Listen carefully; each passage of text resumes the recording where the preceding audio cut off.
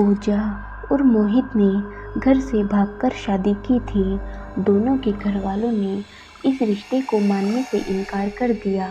मोहित के पास कोई नौकरी भी नहीं थी और ना ही रहने का ठिकाना, और फिर वो अब इस शहर में भी नहीं रहना चाहता था। तब मोहित के दोस्त रवि ने उन दोनों से कहा, यार मेरे रहते तो चिंता क्यों करता है? मेरा एक पुराना पुश्तैनी मकान है जहाँ अब कोई नहीं रहता, लेकिन एक समस्या है बस। तब मोहित बोला, वो क्या है यार, बता तो शायद मैं उसका कोई समाधान निकाल पाऊँ। रवि बोला, वो यार मकान बहुत पुराना है और उसका सालों से रंग रोगन भी नहीं हुआ है।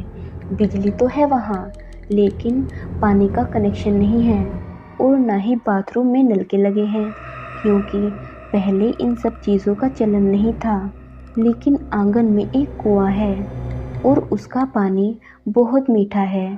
साथ में एक नलका भी है जो अब भी अच्छा और मीठा पानी देता है। और वो मकान इस शहर से 50 किलोमीटर दूर कस्बे में है। पहले मेरे दादाजी उस मकान को किराए पर दे देते थे, लेकिन वो रहते हमारे साथ थे, क्योंकि जब से दादी गुजर गई थी तो उन्होंने उस मकान में रहना छोड़ दिया था। वो दादी से बहुत प्यार करते थे, इसलिए फिर वापस उस मकान में लौटकर नहीं गए। लेकिन जब से वो स्वर्ग सिधार गए तो अब उस मकान को किराए पर भी नहीं दिया जाता, ऐसे ही खाली पड़ा है सालों से। कुछ सालों पहले जब बांध टूट गया था तो उस समय कितनी बाढ़ आई थी हमारे इलाके में। तब वो घर पानी में आधा डूब गया था। आसपास के और भी घर डूब गए थे। कितने लोग मरे थे उस बाढ़ में। तब से उस घर की हालत और भी खराब हो गई है। जब वहाँ साफ सफाई हुई तो वहाँ 2 कंकाल मिले थे। हो सकता है कि बाढ़ में वो दोनों वहाँ फंस गए हों और उनकी जान चली गई हो। पुलिस ने मुझे सूचना दी थी इस बात की, क्योंकि घर के दरवाजे खिड़की खुले थे। ना जाने किसने दरवाजे खिड़की खोले और वो कंकाल किसके थे। अब मोहित बोला, यार ये तो बहुत ही अच्छी जगह बताई तूने रहने के लिए। मैं पूजा के साथ वहाँ रहने के लिए तैयार हूँ और साथ में वहीं कोई काम भी ढूंढ लूँगा। रवि बोला, तू अगर वहाँ रह सकता है तो मुझे क्या दिक्कत है भला। कल ही तू और पूजा भाभी मेरे साथ वहाँ चलो। मोहित बोला, हाँ यार, होटल का खाना और छोटी सी लॉज में नई नवेली पत्नी के साथ रहना अब अच्छा नहीं लगता। रवि बोला, इसलिए तो कहता हूँ कि कल ही तू भाभी के साथ वहाँ चल, और तुम दोनों को वहाँ गृहस्थी का सामान खरीदने की भी ज़रूरत नहीं है। वहाँ ज़रूरत का सारा सामान मौजूद है, बस राशन ही खरीदना होगा। मोहित बोला, हाँ सुबह हम दोनों तैयार रहेंगे। रवि बोला, तो ठीक है, कल संडे है, मेरी ऑफिस की भी छुट्टी होगी, तो सुबह 10 बजे तो अपना बोरिया बिस्तर बांधकर भाभी के साथ तैयार रहना, मैं लेने आ जाऊंगा, फिर बस से वहाँ चलेंगे। मोहित बोला, थैंक यू सो मच यार। रवि बोला, थैंक यू कैसा, तू मेरा दोस्त है, मैं तेरे लिए इतना तो कर ही सकता हूँ। मोहित बोला, तब भी यार, ऐसे में जब सबने हम दोनों का साथ छोड़ दिया तो एक तू ही है जो हमारी मदद कर रहा है। रवि बोला, ऐसा मत बोल यार, दोस्ती की है तो बुरे समय में दोस्त का साथ कैसे छोड़ सकता हूँ। मोहित बोला, मैं बहुत खुशनसीब हूँ जो मुझे तेरे जैसा दोस्त मिला।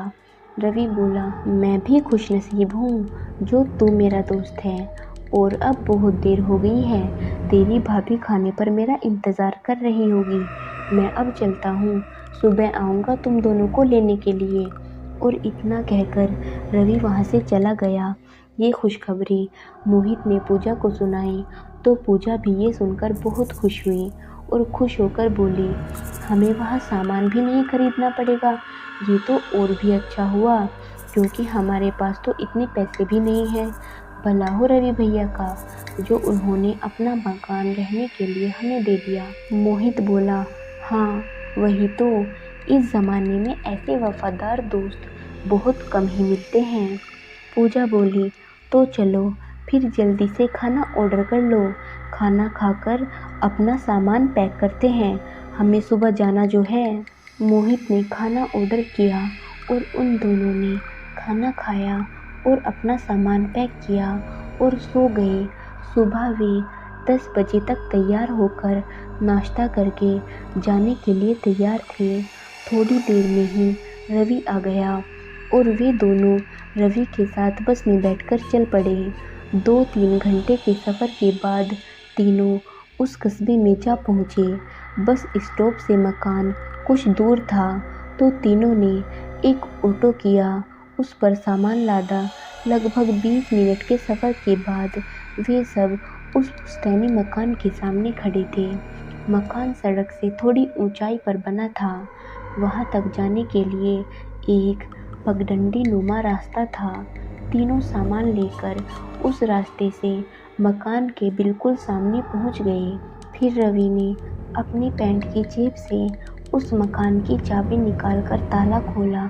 तीनों सामान लेकर भीतर पहुंचे। मकान के चारों ओर काफ़ी जाले और धूल जमा थी, लेकिन सारा फर्नीचर सफ़ेद कपड़ों से ढका हुआ था, इसलिए सामान पर धूल ना जमी थी।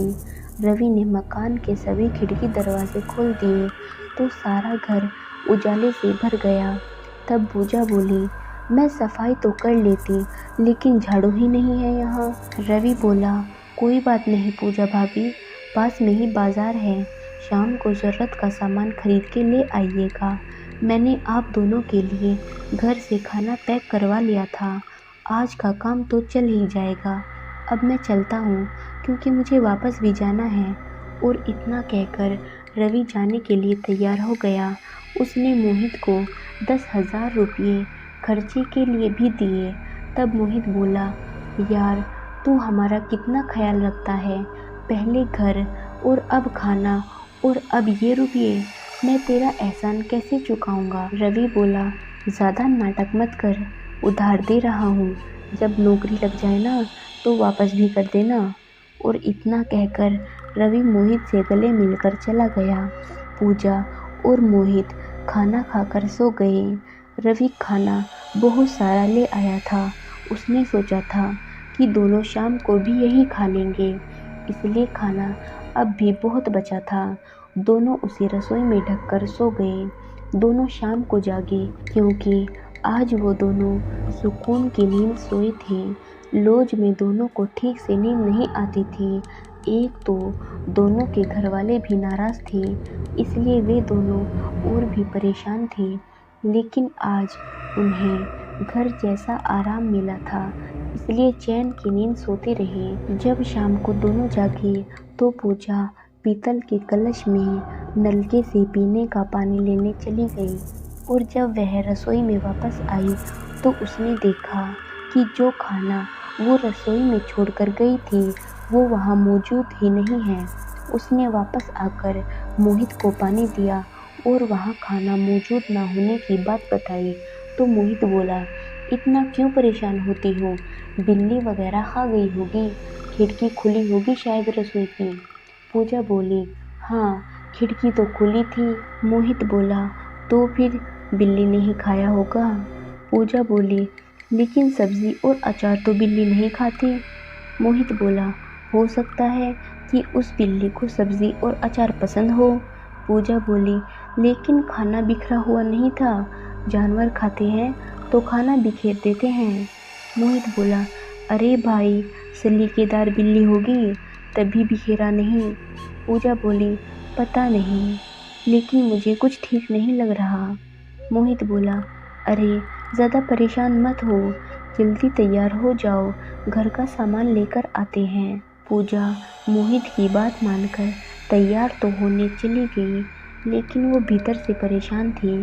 कुछ ही देर में दोनों मकान का ताला लगाकर बाजार को निकल गए। जब दोनों वापस लौटे तो अंधेरा हो चुका था। दोनों मकान के दरवाजे के पास पहुँचे कि एक बूढ़ी औरत उनके पास आकर बोली, बिटिया काम मिलेगा, दिन भर से भटक रही हूँ, कोई काम नहीं मिला। पूजा बोली, लेकिन अम्मा, मेरे पति के पास भी कोई काम नहीं है, तो हम तुम्हें पगार नहीं दे पाएंगे। बुढ़िया बोली, कोई बात नहीं बिटिया, बस 2 टाइम का खाना दे देना, मुझे और कुछ नहीं चाहिए। मोहित बोला, लेकिन अम्मा, अभी हम किसी को रखने के लायक नहीं हैं। बुढ़िया बोली, बेटा, घर के एक कोने में पड़ी रहूंगी और तुम लोगों का काम भी करती रहूंगी, जो भी रूखा सूखा दोगे तो खा लूंगी, लेकिन मुझे काम दे दो। मोहित बोला, तो भी ठीक है, भीतर आ जाओ। बुढ़िया भीतर आ गई। वो दोनों बाजार से अपने लिए खाना पैक करवा कर लाए थे। उसमें से उन्होंने थोड़ा सा बुढ़िया को भी दे दिया।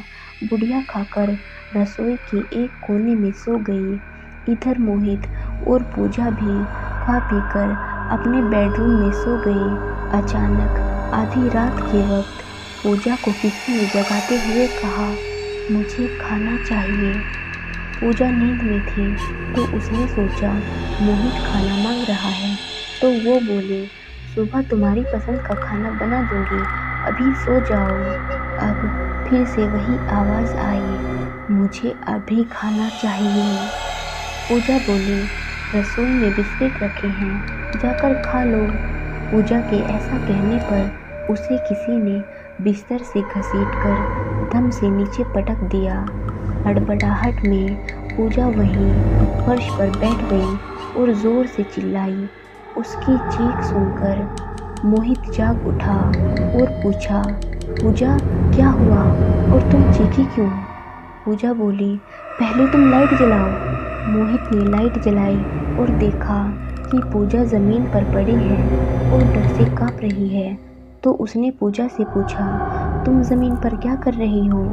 पूजा बोली, मोहित, कोई है यहाँ पर। उसने पहले मुझसे खाना मांगा तो मुझे लगा कि तुम हो, इसलिए मैंने उससे कहा कि रसोई में बिस्किट रखे हैं, खा लो, तो उसने मेरा पैर पकड़कर बिस्तर से घसीटकर नीचे गिरा दिया। पूजा की बात सुनकर मोहित जोर से हंसने लगा और बोला, तुम कोई सपना देख रही होगी और सपना देखते देखते बिस्तर से नीचे गिर पड़ी होगी। पूजा बोली, नहीं मोहित, मुझे ठीक से याद है कि मैं सपना नहीं देख रही थी। मोहित बोला, लेकिन ऐसा कैसे हो सकता है, मुझे तो कुछ नहीं हुआ। पूजा बोली, लेकिन मैं सच कह रही हूँ। मोहित बोला, ठीक है, तुम यहीं रुको, मैं तुम्हारे लिए रसोई से पानी लेकर आता हूँ। रोहित रसोई में पहुँचा तो उसने देखा कि वहाँ वो बुढ़िया नहीं है। जिस जगह पर बुढ़िया सोई थी तो उस जगह पर रेत का ढेर पड़ा है और उसके ऊपर एक कंबल डला है जो कि बुढ़िया अपने ऊपर डालकर सोई थी। मोहित को कुछ अजीब लगा और उसने पूजा से जाकर ये बात कही तो पूजा भी रसोई में देखने गई। जब पूजा देखने गई तो वहाँ बुढ़िया मौजूद थी। ये देखकर मोहित का दिमाग चकरा गया और उसे भी लगा कि शायद पूजा ठीक कह रही है, इस घर में कोई तो है जो हम पर नज़र रख रहा है। उस रात फिर दोनों को नींद नहीं आई। ऐसे ही सुबह हो गई।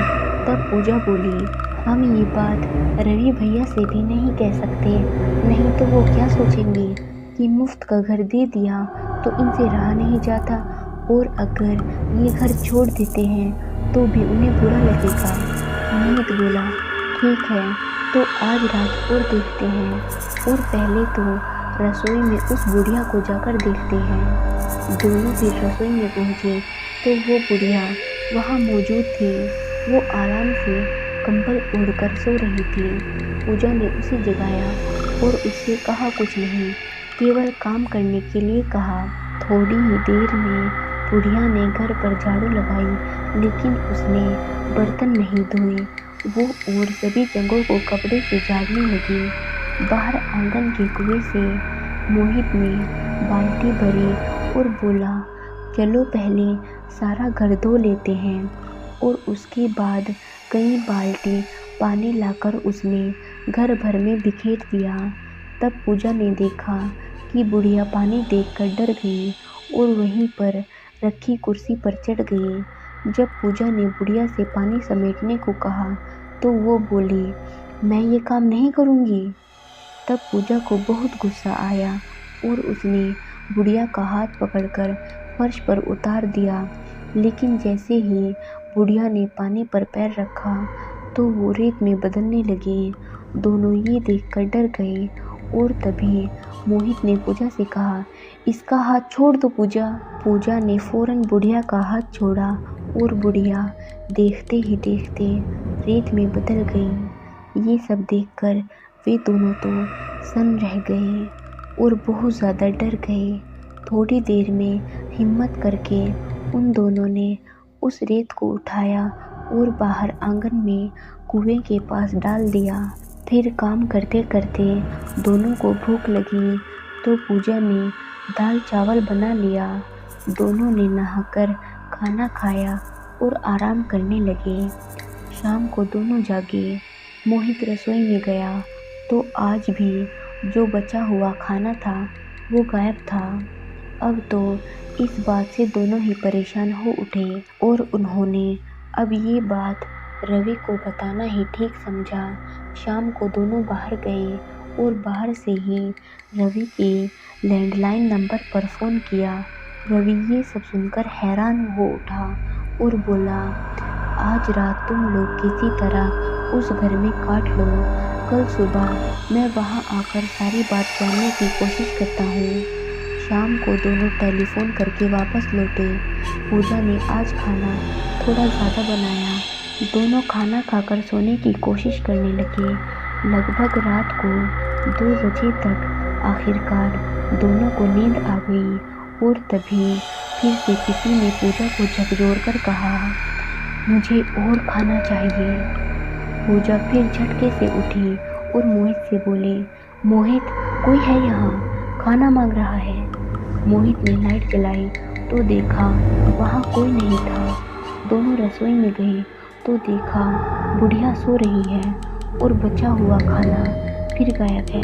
अब तो दोनों को काटो तो खून न निकले। दोनों चुपचाप आकर बिस्तर पर लेट गए लेकिन सो न सके। बस सुबह होने का इंतज़ार करने लगे। दोनों की बड़ी मुश्किल से सुबह हुई। 10 बजे तक रवि भी आ गया और फिर तीनों ने दिन भर घूम घूम कर बहुत पूछताछ की। वे फिर एक तांत्रिक बाबा के पास गए और उन्हें सारी बात बताई। एक तांत्रिक बाबा उन तीनों की मदद के लिए तैयार हो गए। रात में उन्होंने उस मकान में अनुष्ठान किया। तब उन्होंने अपनी शक्तियों द्वारा देखा कि उस मकान में 2 आत्माएं हैं, एक किसी औरत की और दूसरी किसी पुरुष की। तांत्रिक बाबा ने दोनों आत्माओं का आवाहन किया तो पुरुष की आत्मा ने सारी सच्चाई उगल दी। वो बोला, मैं एक चोर था और छोटी मोटी चोरियां करके अपना गुजारा कर रहा था। फिर गांव से मेरी माँ आ गई तो मैं रहने के लिए कोई ठिकाना ढूंढने लगा। तब मुझे ये मकान दिखा। मैंने आसपास पूछा तो पता चला कि इस मकान में सालों से कोई नहीं रहता, ये ऐसे ही खाली पड़ा है।